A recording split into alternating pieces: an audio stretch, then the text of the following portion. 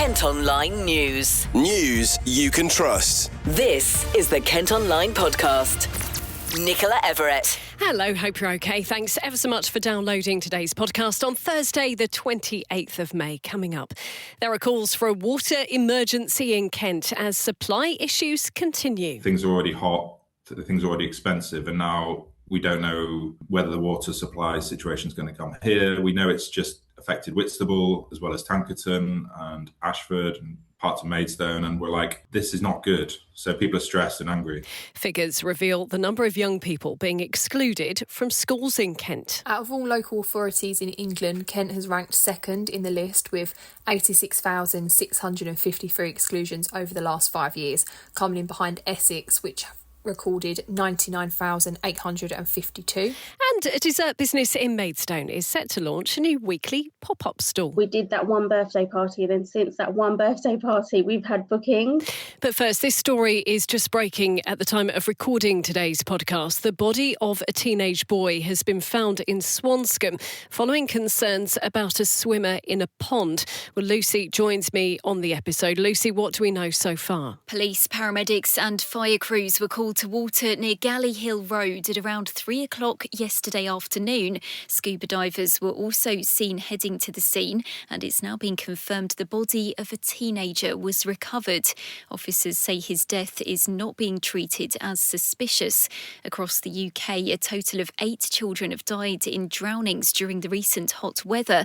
Experts have been warning of the dangers of cold water shock and of swimming in unsupervised areas. Incredibly sad news. Lucy, thank you ever so much. Kent Online reports. TikTok influencers have denied fueling trouble on a Kent beach over the bank holiday weekend, which led to a number of arrests and people being moved on by police.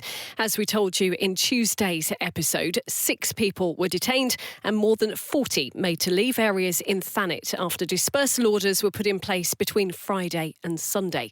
Well, videos shared on the social media site described a gathering at Viking Bay as Broadstairs' biggest beach link-up, with a comment suggesting another could take place. And that has led to concern from residents. Creator Marcus 14 shared this. Broadstairs has to be the most craziest beach in the whole of Kent.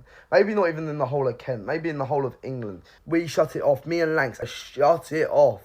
We absolutely shut it off. There was hundreds of people going mental for us down at the bottom with the football. If you haven't seen the video, go look at it. It's absolutely jokes. I've seen about 100 videos being posted, but it's so much carnage that goes on there. They even need police down there to sort everyone out, because there's obviously mischief that goes on down there, loads of crazy stuff.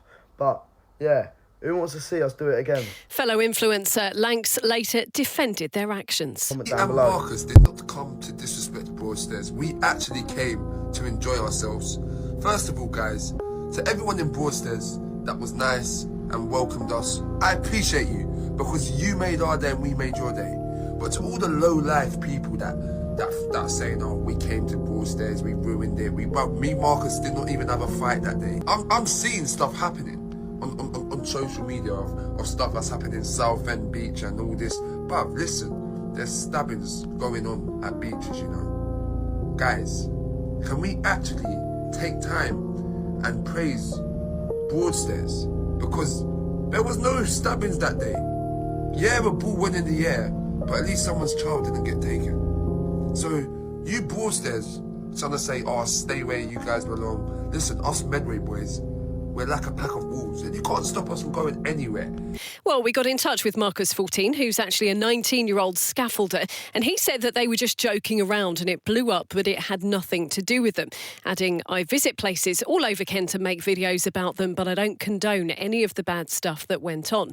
Well, police have told us that they are monitoring social channels for content that might encourage further disruption. East Thanet MP Polly Billington, meantime, has been in touch with us, praising the response of the police over the weekend, but she says even more needs to be done to ensure visitors are responsible and respectful. She's having talks with the council and police about possible further action. Kent Online News. Now, at the time of recording today's podcast, South East Water say around 18,000 customers across Kent are still being impacted by supply problems which started last Saturday. Residents in Whitstable, Herne Bay, Maidstone and Ashford are among those affected. Bosses are blaming high demand during the recent hot weather. But there's frustration that some parts of the county have ample supply, while in other areas the taps are running dry. I've been speaking to Briony Carter, who's part of campaign group SOS Whitstable. We just don't understand it. There's various areas that have got water, and Dover's got water. We haven't. They're on a different supply.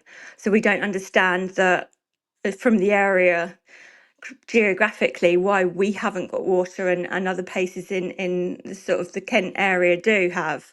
So I don't know whether it's lack of investment from South East Water. There's no explanations. They have modelling for this kind of eventuality. They know that we've had hot weather. The hot weather was planned over the last couple of weeks. It's been in the Met Office. We know we're having this heat wave.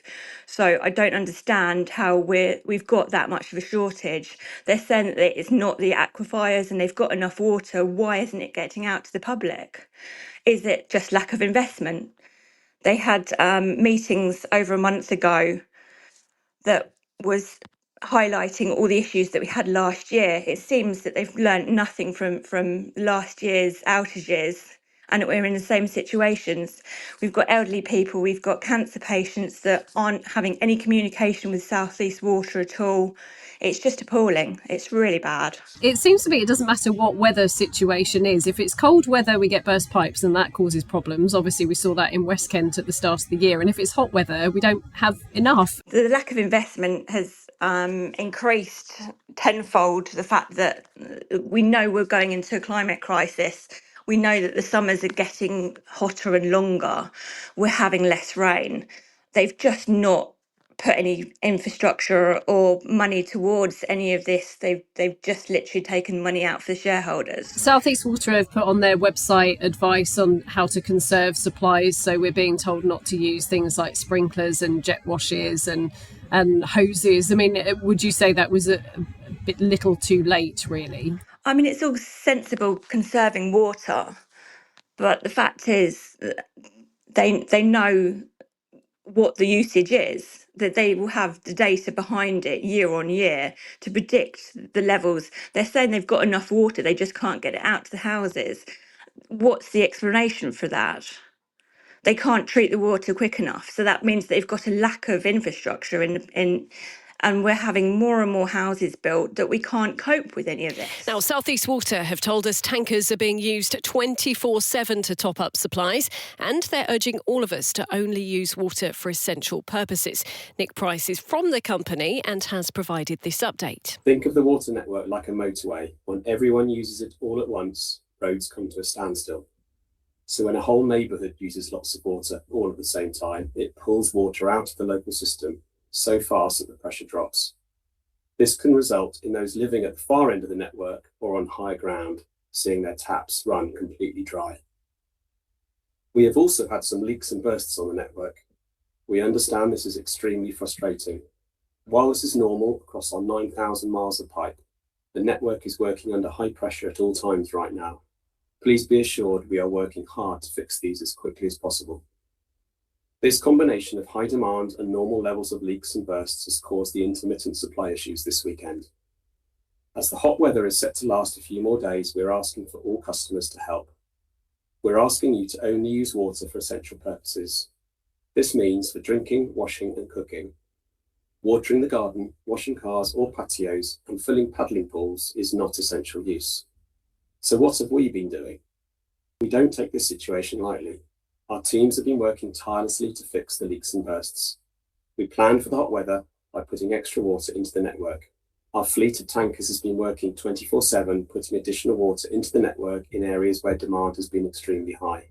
In some areas where there have been supply interruptions or where we believe issues may occur, we have proactively delivered bottled water to our vulnerable customers on our priority services register, and we are supporting critical care sites like hospitals and care homes where necessary. But as the situation continues for yet another day, there are calls for a water emergency to be declared. Lucy's been chatting to Green Councillor Rob Yates. So we've had 14,000 bottles of water delivered across our vulnerable residents, and our reservoirs, we've only got one main one, Fleet, which is running low. So everyone's very nervous in Thanet. What kind of impact does this have when you're kind of out and about speaking to residents? I mean, how concerning is this for them? So it's already cost of living crisis, and now the level of precariousness the residents are suffering. It's like it just adds to the stress. Things are already hot, things are already expensive, and now we don't know whether the water supply situation is going to come here. We know it's just affected Whitstable as well as Tankerton and Ashford and parts of Maidstone, and we're like, this is not good. So people are stressed and angry. And we're really at the start of summer at the moment, aren't we? I mean, I know we've had really hot weather, which is unusual for this time of year, but it doesn't bode well. It's really like a bit scary, to be honest. Like you said, we're not in summer. We don't know when this will be resolved. It's not due to rain until I checked the weather forecast like Monday. And yeah, like this is a huge emergency, and like the 35,000 people affected now, 18,000 properties. In a few days, it could expand. Like, I don't see an easy solution to this, which is why we're calling for an emergency. Yeah, tell me a bit about that and what exactly you're calling for. Yeah, so on the solution side, we're saying Southeast Water and Southern Water need to come to a flood risk and water management meeting on the 10th of June because they're not currently on the agenda. We're also calling for an urgent scrutiny committee focusing on water resilience in Kent and whether it's fit for purpose. And we're bundling this up by saying we want it to be declared as a Kent water supply emergency. Interestingly, the Kent and Medway Resilience Forum only have the water infrastructure failure as a medium risk on their risk register. So we think this needs more attention. Yeah, because of course it's not the first time we've had issues like this, particularly with Southeast Water. Tunbridge Wells residents suffered quite a lot of disruption before and after Christmas. It feels like it's on a sort of repeat almost. Yeah, and don't forget Sheppey. Everyone sometimes forgets Sheppey when they had a water supply outage. I don't think it got as much publicity as Tunbridge Wells, but it's really shocking when you think that we're a developed country. I like to say that some people, you can understand that a privatized company like KFC might run out of chicken every now and again. It's not the end of the world, but we shouldn't have privatized companies running our water supply because we need that 100% of the time. It's not something that's optional. A week without water. Well, that affects hospitals. It affects people cooking and cleaning, people with health conditions. I've had worried parents contact me today from Whitstable basically saying, we haven't been told an ETA about when this will be resolved. That's not good. Well, Kent County Council have announced today they're going to be setting up a Kent Water Resilience Partnership, which will be chaired by leader Lyndon Kemcaran. It'll bring together water companies, local authorities, regulators and key partners to focus on long-term planning, performance and public visibility. You can let us know if you've been affected by the current outages by leaving a comment on the story or messaging us via our socials. Kent Online reports. A man who was seriously injured in a crash on a road linking Canterbury and Sandwich has backed calls for safety improvements. Richard Dyer was left in a coma and spent 3 months in hospital following the collision on the A257. A campaign wants bosses to reduce the speed limit from 50 to 40 miles per hour with a solid double white line through shuttling to prevent overtaking. A restaurant run by students at a Kent school is due to close. Carter's at Towers in Ashford is staffed by young people studying for catering qualifications and overseen by a professional head chef. Bosses say the decision has been made due to a drop in pupil numbers on the course. The site will be used as additional student and teacher space. Residents who've been forced to leave their homes in a block of flats in Maidstone have mistakenly been told they can return for a second time. A prohibition notice has been issued for Miller Heights on Lower Stone Street after a flood in the basement affected the electrics. Well, an email over the weekend from housing agent Centric said the notice had been lifted. They've confirmed it was sent in error and have apologised. Now, next, figures seen by the Kent Online podcast show Kent has the second highest number of school exclusions in the country for forms of abuse. Reporter Alex Langridge has been looking more closely at the data and joins me on the podcast now. Alex, what does it show? So the data from the DfE shows there's been a rise in exclusions linked to racist, homophobic, transphobic and disablist abuse. The figures break down the number of permanent exclusions and suspensions recorded at state-run schools between autumn of 2020 and spring of 2025. Because schools can record up to 3 reasons for each suspension, the figures don't obviously represent individual incidents, but show how different forms of abuse are cited. The statistics show that there's been a 68% rise in mentions of abuse over these protected characteristics between spring 2022 and spring 2025. The data also highlighted that racist abuse was the leading cause of exclusion. Nationally, these exclusions and suspensions rose by 80%, with most listing this as a reason for the action taken. And even though there's 5 years of data, they're not including the first year. The figures from 2020 to 2021 can't be compared to the rest of the data set, as they were significantly impacted by the coronavirus pandemic. However, experts suggest that the rises that have been seen across these 5 years suggest that they're being driven by cuts to outreach services and divisive politics. However, some teachers and unions have suggested that they show a less tolerance of discrimination in schools and a more heightened awareness, which could be why that the numbers have increased. And what's the Department for Education said? The government has described the data as shocking and said that discrimination has no place in schools. A spokesman for the DfE said that every child deserves to learn in a safe and calm classroom, and that it is providing new and expert support to try and turn things around in hundreds of schools across the country with the biggest behaviour challenges. Things like that are including free breakfast clubs to get children more settled, improved teacher training and clearer guidance on the use of suspensions, while also taking steps to tackle poor behaviour at the source and make sure that teachers have the clarity to act swiftly when they need to. Alex, thank you ever so much. Kent Online reports. The owners of a restaurant in Aylesford that was badly damaged in a fire say repair work can finally start. The Hengist was forced to temporarily close after the blaze in March caused part of the ceiling to collapse. Insurance money has now come through and building work is due to begin in June. A company that runs 6 different holiday parks in Kent has been sold in a £700 million deal. Park Holidays UK operates 56 sites across the country, including in Whitstable, Maidstone and New Romney.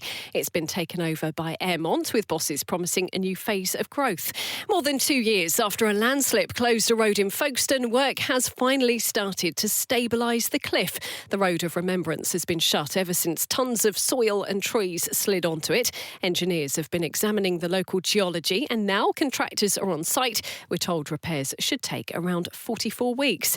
Divers are carrying out surveys on the pier in Deal before urgent repairs are carried out. The local council has already approved a £1 million budget for work to make sure the structure survives for decades to come. Storms have caused damage to 6 of the supporting concrete legs. And a dessert business from Maidstone is set to launch a new weekly pop-up stall at the Royal Star Arcade. Aurelie Luxe Treats, which specialises in mini pancakes and waffles, will begin trading every Saturday from the 6th of June. Owner Shalini Janu has been telling us more about the growth of the business. We launched Aurelie Luxe Treats last year in October. We did a post on Facebook and we had one inquiry for a birthday party. We did that one birthday party, and then since that one birthday party, we've had bookings and people have referred us. We've had guests from previous party booking us, and since we've launched, we've actually had to design 2 more carts because people wanted us on the same day and we didn't want to let clients down, and we was like, what's happening? So obviously in the background we did taste test all of our recipes to make sure we had one that was, we was happy with. So we did a few parties, and then that obviously grew. We've got a few bookings for weddings this year. We've even got weddings booked for next year, believe it or not, already, free bookings. So it's taken a big hit, really. I mean, we couldn't even believe it. So my husband built the cart as well. And so we thought, you know what, everyone's saying how they love our mini pancakes and how fluffy it is.